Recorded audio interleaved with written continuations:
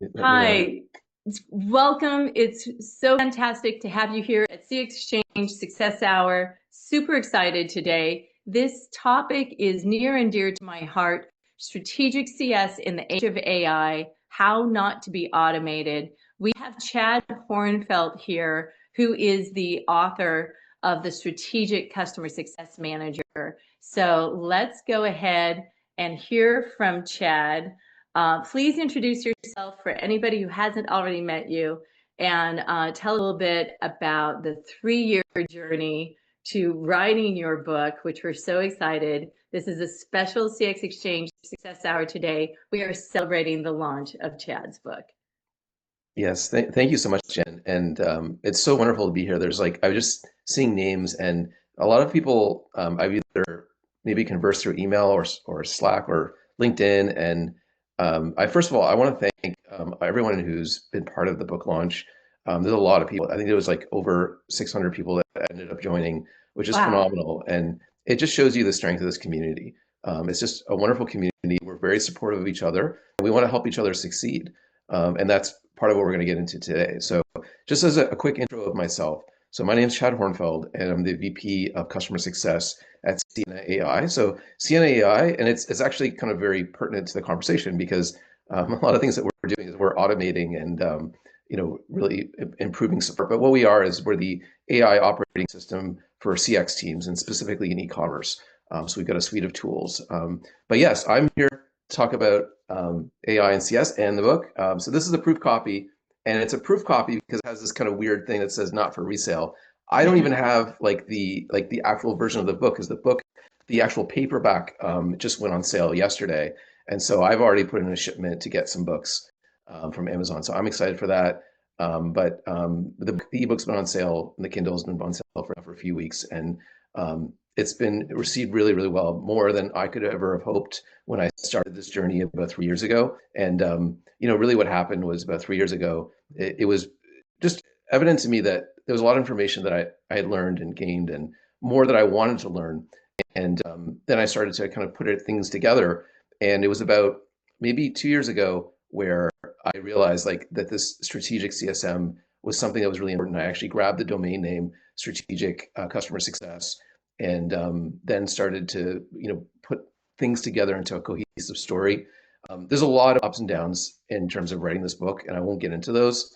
But it's very difficult, and you really want to put something together that will be just something that's I don't know if it's timeless, because nothing's timeless, but something that will resonate and something that people will appreciate and they'll use.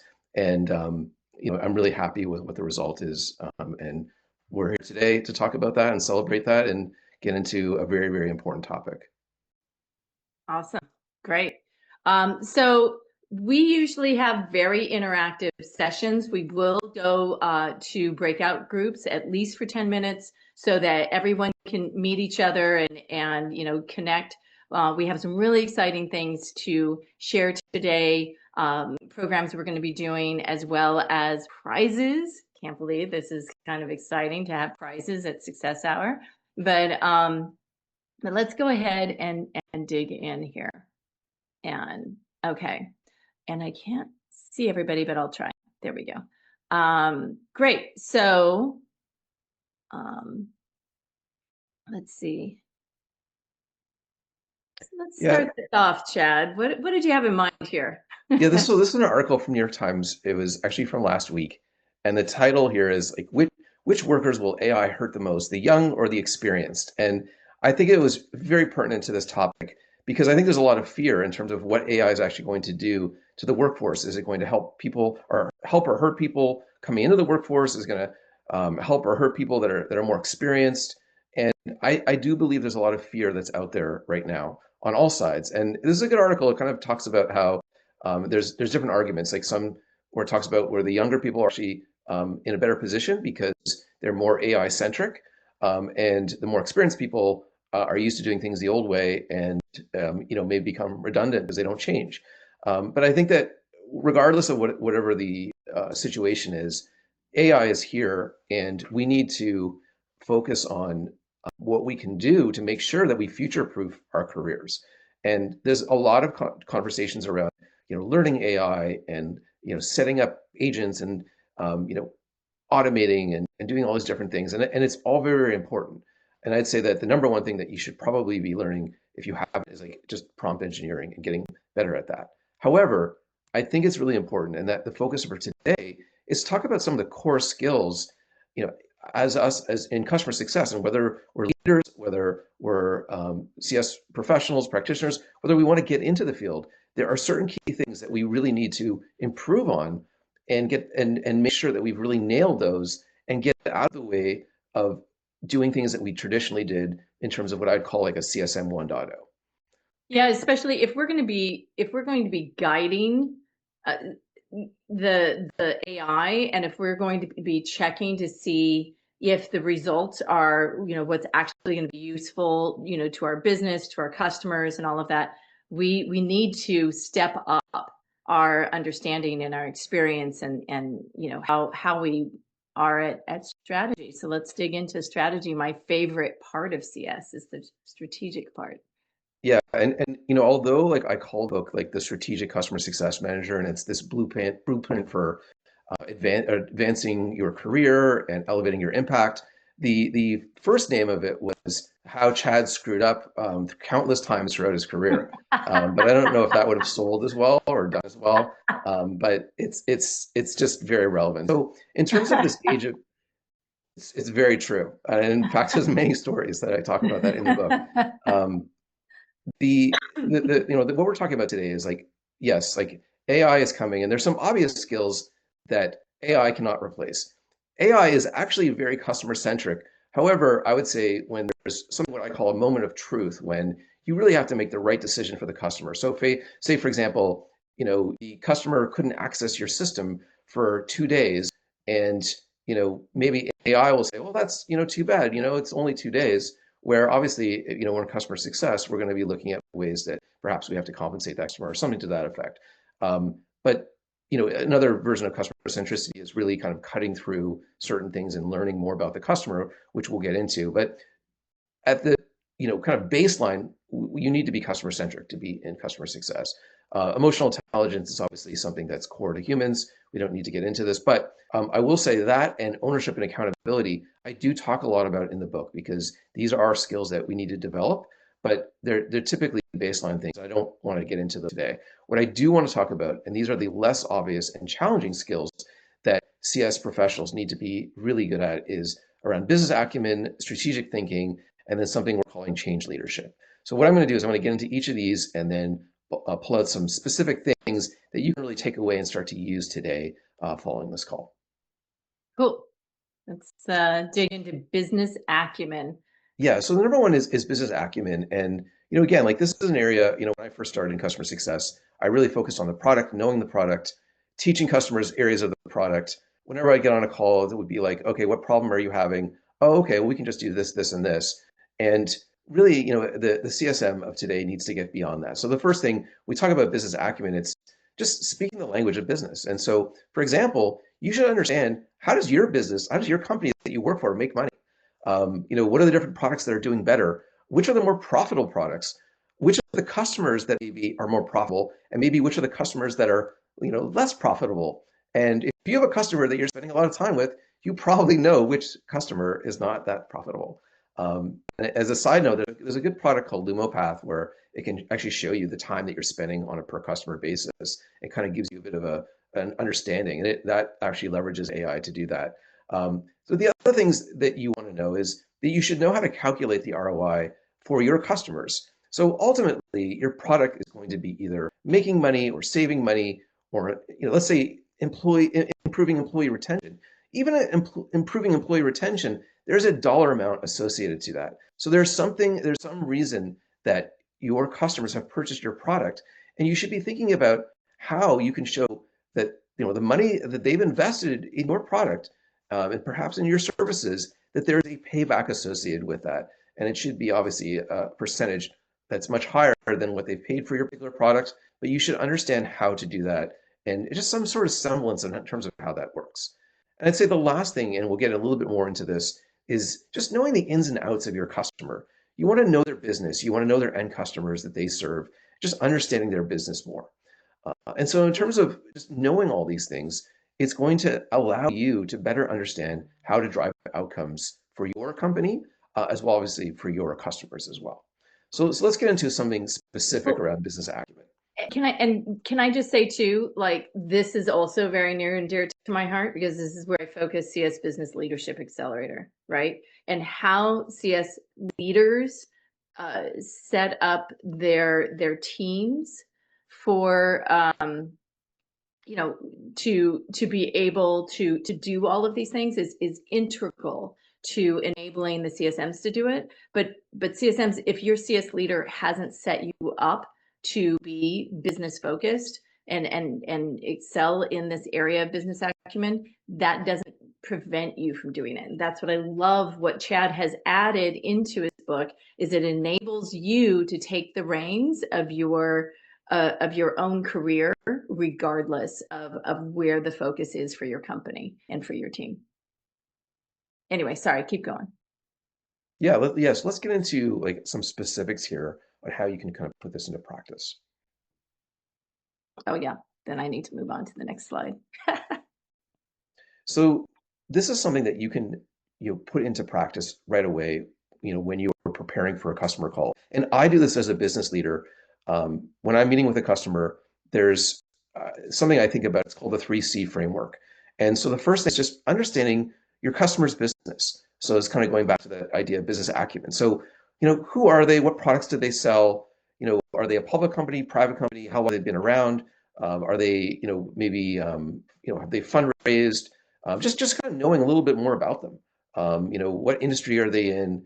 And so if you know some of that information, then you can start to get to better understand who those people you're going to meet with. And the other part of it is the second C, and that's their customers. So they don't care about you and your products. They care about their customers. It's like how they're making money. And so you want to know, who do they sell into? Are they real estate agents? Are they salespeople? Are they, I don't know, contractors? Whatever they are, know their customers, know how they speak to them, know their language. And also you want to know, like, are they expanding into new markets? Are they doubling down on existing ones? So just understanding these things will help you have a more intelligent conversation with your customer. And here's the other thing is that sometimes your customers, they call their end customers something like patients or guests, or, I'm in the e-commerce world. So sometimes our customers will call their customers she. So she does this and she does that. And it's really, really important that when you're speaking to your customer, that you speak in their language. Because when I talk about it in the book, is that there's a fundamental part of customer success. I call it there's trust and there's creating value. So building trust and creating value, two fundamental building blocks. And so when you speak in their language and you know their business, that's how you build trust. It's really, really important. And if you can build trust, then you can help them demonstrate value. If they don't trust you, they're not going to necessarily listen to you. And on the flip side, if you're not creating value for them, you're going to erode trust. And the last thing is around challenges. And it's not the challenges with your product, although you might have a lot of challenges with your product. It's really the challenges in their business. So for example, a lot of our customers, they were suffering from the tariff issues that were happening. Perhaps the companies you're working with, they have layoffs. Perhaps, they've had, a big infusion of money. So there's a big opportunity. But all these things are going to impact that customer that's going to get on that call with you.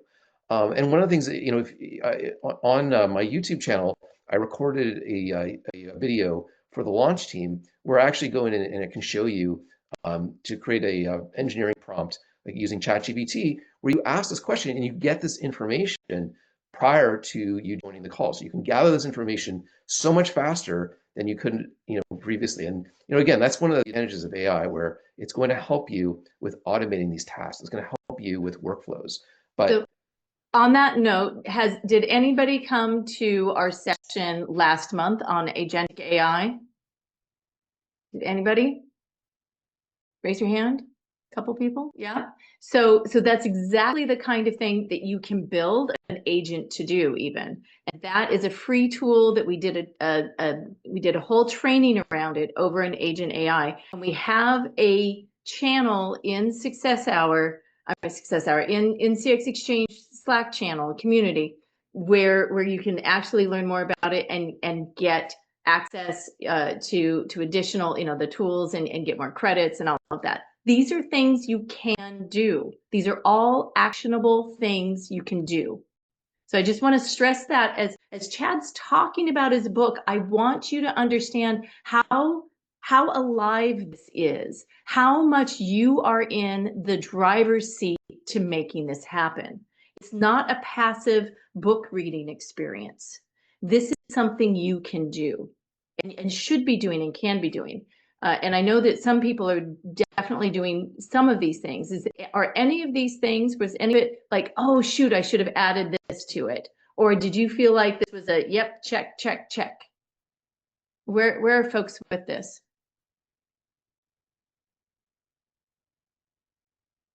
Sorry, this is an interactive community here. I want to hear what's up. I can come off mute. Yeah. Hi, Mana here. I think that especially around speaking the customer's language, what you're saying, Chad, definitely something that I have been doing day to day. That's how I built my CS skills because I had not done a CS role before. It was my first role. I've been doing this now for 3.5 years, and I work for a small and medium business in Central and Eastern Europe. So every country is different, every customer is different. The way they speak, what they want is different, and what stage they are at is different. So that becomes like the first thing. But with AI, what it's helping me is I'm able to gather that exact summary that you're talking about, right? Like the research, the way I'm able to do it in a shorter span of time and be able to also brainstorm with the AI. So I'm not just gathering the information, but I'm also asking the AI questions based on that information. So what is the pushback that I would get from a customer? What are the bottlenecks that they would be facing right now? We do have, like I work at HubSpot, we do have access to an agent within HubSpot, which gives us access to our customers' data, utilization data. So then I can do a little deep dive in terms of what features are activated, what could be the pushback, what could be an opportunity. So I always prepare for my calls now, which in the past would have taken me so much time, and I would not have been able to go into that much depth in the preparation. I hope this helps, like, to the community. Yeah. Yeah, I ditto that, and I think there's the analogy I use with my team is, what you've been doing is, snorkeling with some of the data that you're able to do. AI allows you to go deep into it, and take the analogy of scuba diving there. But the point is, you can use tools, standard tools and subscriptions there with pf.ai and something like that. But it's easy enough, and don't hold back as long as you have, there's tools that John, that you had last month that we looked at, or even create your own prompt, and that can give you enough information. There's nothing stopping you from getting started, even if you build a prompt by yourself and just use that as a starting point. Great. Let's go back to Chad. Jan, can I interject one more? I think Sure. that the benefit of AI here too is in the industry specific knowledge, because the deeper you are in the industry that your clients are in, you do learn the language better. And I think AI can really, really help reinforce and give you sources of information to find that, and find the ins and outs of whatever industry it is that you're working with. It's different from accounting to lawyers to software specialists to developers. Right? I mean, all of that is different, and leveraging AI to help you build that learning plan on the industry can be incredibly helpful. Great point. Great point. All right, let's go back to you, Chad. Yeah, just one final point here is, if you notice, I didn't talk about the product at all. And so it's really, like, as a starting point, learn this, the 3 Cs. The product is so important, and I talk about this in the book, but a lot of times we use the product as the crutch. And when we do that, we don't understand the business of our customer, then we kind of miss kind of the point of maybe what the customer's outcomes are and what they're trying to achieve.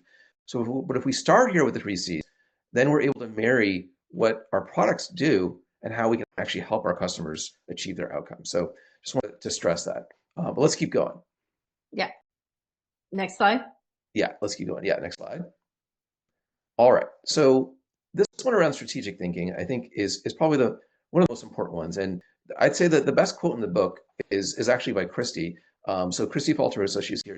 She did the foreword in the book, and she talks about how, knowing and acting, in a strategic way, it's how we can actually get a seat at the table. We're not talking necessarily about a leadership seat at the table. We're talking about an individual contributor, a CSM. There are ways that you can do that today. If you bring information, if you bring data, you have those right conversations, you build those relationships, not just with your customer. And that's a really key part of the book. It's actually building relationships internally with sales, with product, with finance, with marketing. And one of the things that I talk about is that this was foreign for me when I was, in kind of a younger CSM. I was like, oh, I got to do my job, and they got to do theirs, and we gotta come together here. But like, I've got enough on my plate. Why do I have to, help you out? And it was very, very big understanding and kind of a light bulb when I started going to the salespeople and saying, hey, like, how can I help you? And it's just really, really important. And it's part of being this strategic thinking where you're thinking more like a chess player and not like checkers, where checkers, you might move, a bunch of moves at once if, you kind of get lucky, but there's only one type of piece. In chess, there's multiple pieces. You can move in multiple different ways. You're usually thinking 3 or 4 moves ahead. This is really how you should be thinking when it comes to customer success. And specifically, and I kind of get into the definitions in the book, but there's usually 3 main parts. There's one is like diagnosing the challenge and really getting down to the root challenge, and not just, if you think of a tree, not just looking at the bark or the trunk, but just getting below the surface and really understanding it. The second thing is understanding like where your customers want to go, like what are their outcomes, how do they measure those, what's really important to their business. And then the last thing is that even if you actually understand challenges and you define their outcomes, if you don't put a plan together to execute, then nothing happens and you don't achieve what you're trying to get to. And you need all 3 of those things to really get to being more of that strategic level. And so this helps you move from that tactical to strategic. And let's get into some things that you can do right away around this. So let's keep going. So one of the first things is asking better questions.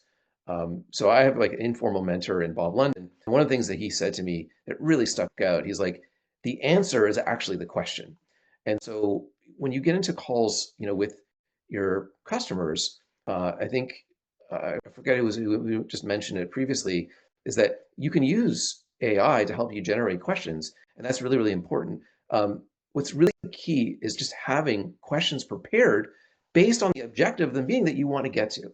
But actually asking better and more biting questions. And Bonding gets into these disruptive type questions. So a disruptive question would be, maybe trying to understand, like, is your customer, are they looking at a competitor? Like maybe certain customers in the similar stages have a similar setup, and they might be, getting poached by competitors. And so you can ask a question, from 1 to 10, and with 10 being for sure, like what are the chances you're going to take a call from a competitor? And what's really, really important is not just accepting that first answer, but digging a little bit deeper. And so, for example, the customer might be like, well, no, like 1, I'm never going to take a call from a competitor, right? I love you guys. It's like, okay, like, let's be straight here. Like, let's be real. If your boss told you to look for cost-effective alternatives, you're telling me that you wouldn't look at a competitor? And they're like, well, okay, maybe, I got some swag from this other competitor. I have a call with them next week. And so the problem and the challenge for in customer success is that, we feel we have these good relationships with our customers, and we're buddy, and perhaps, you're their social worker, right? You're like talking about their problems at home and things like that. And that's all great, but then they churn. And so it's really comes down to asking better questions, and not necessarily just taking that first answer, digging deeper. And so some other examples that I have here, and there's a framework that I talk about in the book. It's called the ORS framework, and it's actually something that's from like psychotherapy. And there's kind of 4 different components. Like one is the open questions. So the open question could be, let's say we have a whiteboard behind you. What's one thing that you want to accomplish in the next 30 days? So that's something that like I've talked about, a disruptive question, just asking that type of open question rather than a closed question, which is usually like a yes or a no, or like, did you take training or something like that? Like it can be kind of like more accusatory and kind of close down the conversation. But I'd say one of the key parts of that ORS framework is something called a reflection. And so, going back to that idea of not taking, the first answer, at times, sometimes we're on cruise control in these meetings, and I really get it. I mean, you probably have back to back to back to back to back calls, and you're just trying to get through that call. and thinking even about your next call or your lunch or whatever you're going to do, like your pickleball match after work or something like that. But one of the things that you can use is a reflection, and a reflection kind of slows down the conversation, really shows that you're listening to whatever that person's saying. So as an example, you might ask a customer, what's that one thing that you want to get off your whiteboard in the next 90 days? And they might tell you and say, okay, so what I think I heard is that, your boss, really wants you to improve workflows in this particular area, of your job role. And what I heard is that you're having some problems doing that. And did I get that right? And usually they'll say yes or they'll say no, and you don't have to worry about like is your reflection 100% because they're most likely going to correct you. It's actually part of the psychotherapy technique where people tend to incline to actually respond. But what's really, really important is the customer is going to feel that you're with them, that you're on this quest, that whatever they're doing, and that you're not just sort of nodding and just hope they're going to hope that you're going to listen and maybe do what they want or help them. It's a very powerful, active listening technique. You don't use it every time, but it is something that's really important. And so this idea of you want to think like a doctor, where the doctor's not going to take, that immediate overt symptom that you might have. They're going to run tests. They're going to do some additional things to make sure they get to the root cause, and then they can really help you with whatever that problem is. And that's really how we can up level ourselves. And the last thing I'll say here is that um, we tend to want to solve the problem quickly. So our customer is talking, and a lot of the times we just want them to shut up so we can give them the answer. And that is not the right way to be thinking about this, because you really want to make sure that you've confirmed what their issue is. Think back to like the 3 C's, that what you know about their business, and then ask additional questions to make sure that you fully understand what their challenge is before suggesting a solution.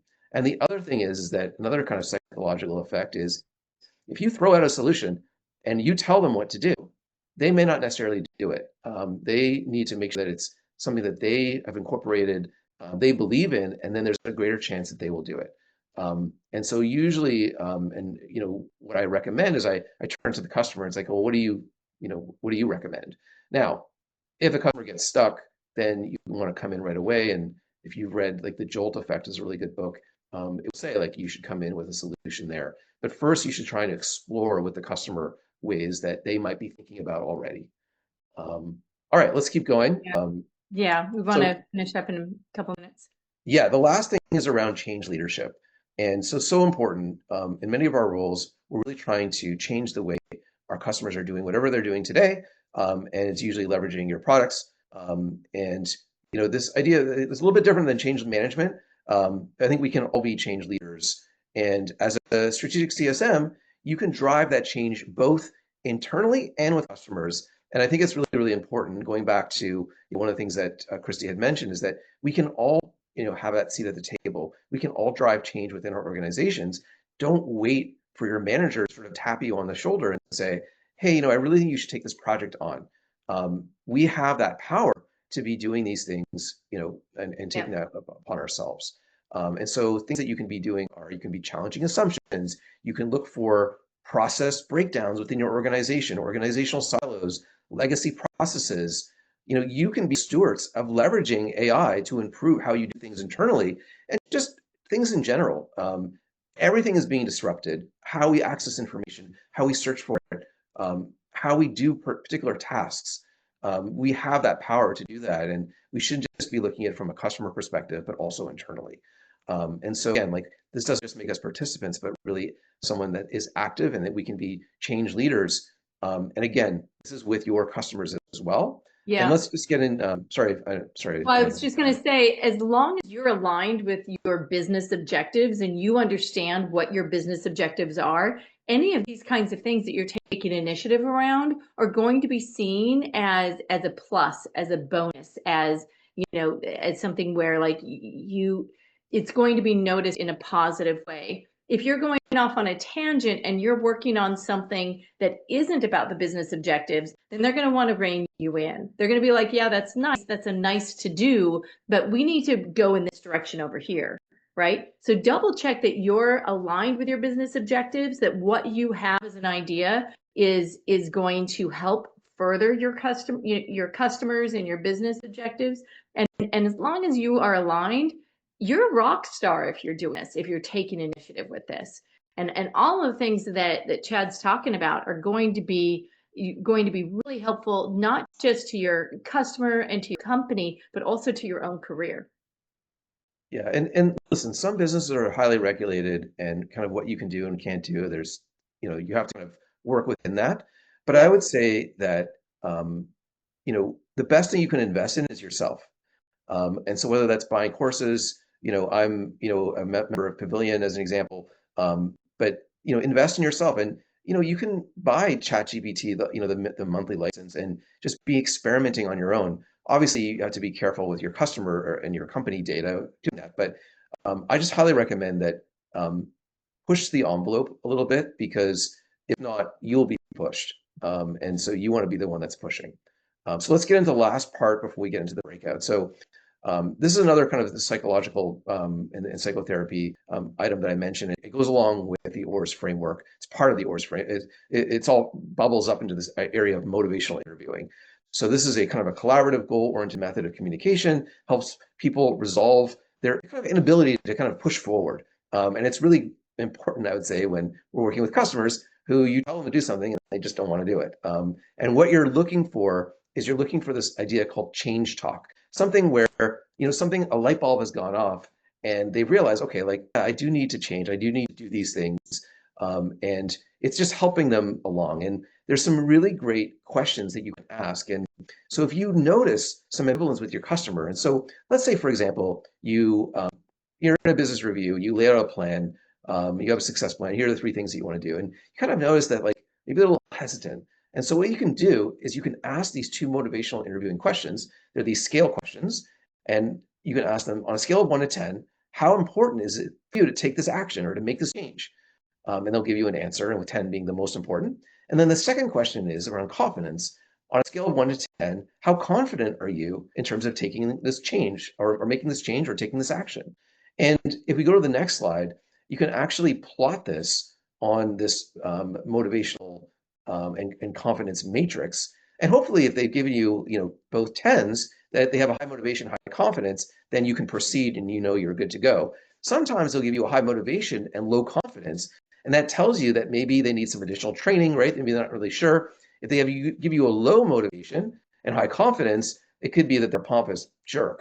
And so, you got to work with that. Maybe go to their boss or something like that. So you have some people like, yeah, I know your product. Like, just don't tell me. I'm good with this. I just don't like your product or something like that. So you get all sorts of people. But this is just a technique that you can use to push that conversation forward. And there's a really good follow-up question. When they give you that answer, you can ask them, why not a lower number? And obviously, if it's a 1, you can't go much lower What than is 1. the question? Why not what? Why not a lower number? So if they give you a 10 of confidence and a 10 of motivation, why wasn't a lower? So you're challenging your customer, and you're kind of proof testing their answer to make sure it's not BS. And I saw one sales rep. I went through this with my previous company, and they literally did this in an email because they were stuck on a deal. And he's like, I got an immediate answer. It's like, high motivation, just like, low confidence because of the pricing.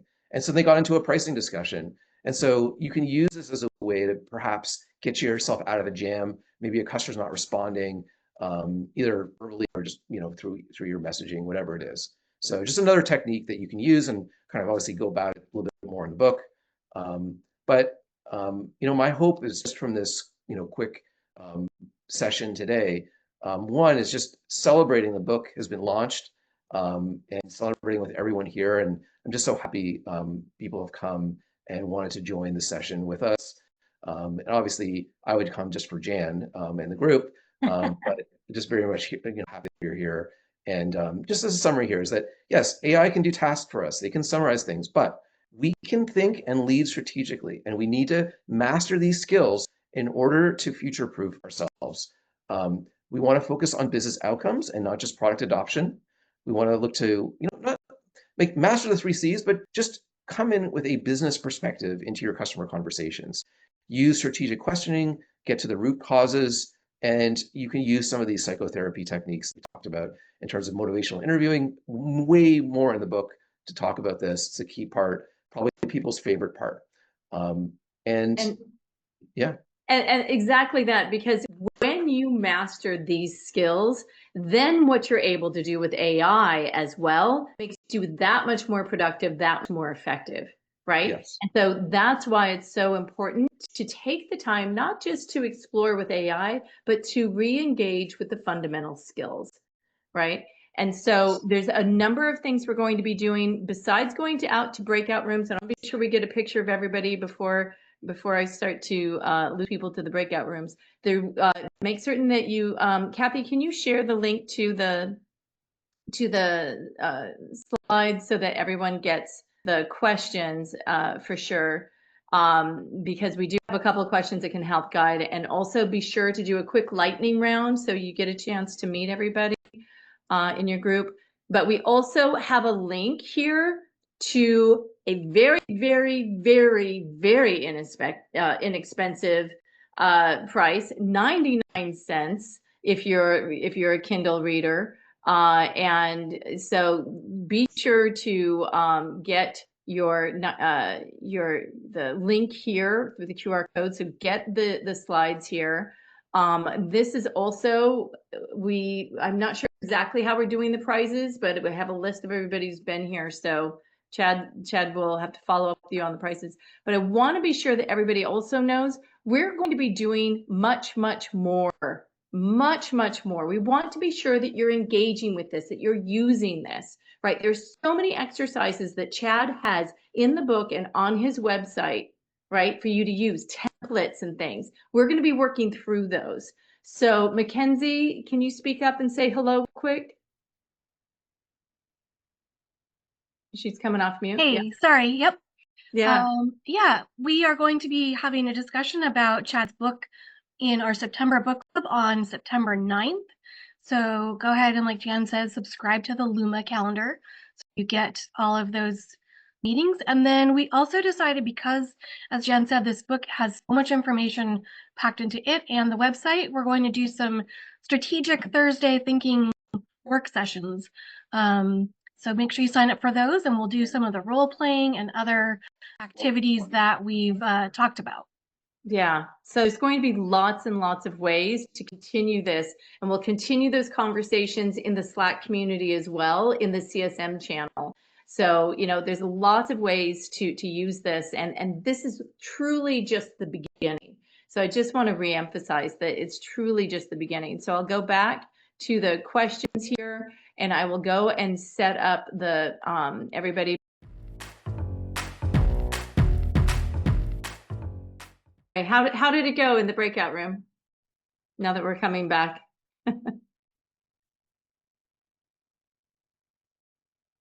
Fantastic. Yeah, great. Yeah, we basically all agreed that, we all still need to be editing what AI brings us. And then we think some of our human skills are still that strategic thinking and questioning that we can bring to our customer conversations. Awesome. All right. AI will be more of an aid as opposed to a replacement for what we're doing. Because bottom line is, I mean, it can only spit certain stuff out, but still, you need to put a human interaction spin to that. You don't want it to do everything. You want to be able to do that, also that strategic thinking. But for me, I enjoy doing research and that kind of stuff. So even if it was to, give me, information, I'm still going to double check it just to make sure that it is correct and I'm not missing out on something, because, the onus is on you if you're missing out on any kind of information. Right. Yeah. You want to double check some of the data that you're getting, and sometimes you need to dig in a little further. And yeah, Jan, sorry, I know we're almost out of time. Yeah. Just want to ask for people is if you see the posts on LinkedIn, just if you can like and repost, and just so we can get the message out as much as possible. This is like a self-published book, and it's like I'm a one-person marketing team, and I'm very happy with the results. But just anything you can do to help, I really appreciate it. And again, like thank you for coming, and back to you, Jan.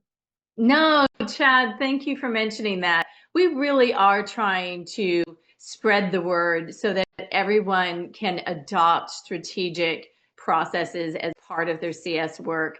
And so, that's why I was so thrilled to have Chad here today to highlight his book, that we're going to continue doing that throughout the CxXchange community.